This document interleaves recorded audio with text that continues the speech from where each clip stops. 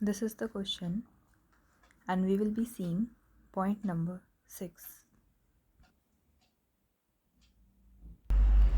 Question में कहा गया है कि the turnover and the standing charges will increase by 15%. तो पहले हम टर्नओवर को देखते हैं. टर्नओवर कितना है? टर्नओवर है 18 लाख और 15% इंक्रीज मतलब 20,70,000. अगर टर्नओवर 15% बढ़ेगा तो वेरिएबल कॉस्ट पे 15% बढ़ेगी. वेरिएबल कॉस्ट के 15% बढ़ने का मतलब 16,33,000 हो जाना. लेकिन इसमें एक और लाइन लिखी है कि variable expenses will decrease by 10%. तो इसको 10% डिक्रीज़ करके लिखना चाहिए हमें. यानी कि 20,70,000 में से डिडक्ट होने चाहिए 14,69,700. Note this is working note. You can write it here.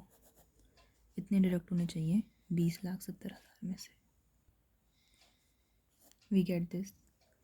फिर लिखा है standing charges will increase by 15%, but only 50% of the present standing charges are to be insured. तो इसमें दो तरीके हैं इसको करने के. या तो पहले हम ये वाली लाइन कंसिडर करें कि स्टैंडिंग चार्जेस को 15% से बढ़ाना है और फिर उसका 50% ही केवल इंश्योर होगा. या हम ऐसा कर सकते हैं कि जो हमारे प्रेजेंट स्टैंडिंग चार्जेस हैं उनका 50% इंश्योर करके उनका ही 15% बढ़ा दें. क्योंकि जितना हमारा इंश्योर होगा उसका ही इंक्रीज़ हम कंसिडर करेंगे. मैं दोनों मेथड कर देती हूँ. सेल्स में से वेरिएबल कॉस्ट माइनस करके हमारे पास आया था SC प्लस NP यानी कि standing charges plus net profit. अब हम स्टैंडिंग चार्जेस का 15% बढ़ाएंगे. So the first method is कि स्टैंडिंग चार्जेस हमारे पास है 1,50,000. तो उसमें लिखा है standing charges will increase by 15%. तो हम इसे 15% से बढ़ा सकते हैं. ये इतना आ जाएगा.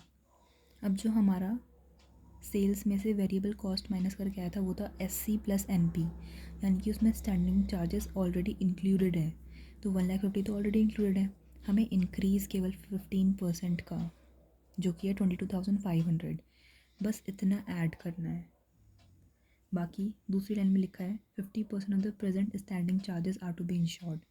अब जो 1,72,500 है 1,50,000 में हमने इतने ऐड कर दिए तो इतने बन गए. इनका केवल 50% इंश्योर्ड है. तो इसका 1,72,500 का 50% यानी कि आधा माइनस कर देंगे जो इंश्योर्ड नहीं है.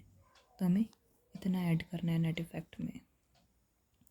दूसरा तरीका है कि हम 50% इंक्रीज़ कर दें स्टैंडिंग चार्जेस का. 50% इंश्योर कर दें पहले स्टैंडिंग चार्जेस का.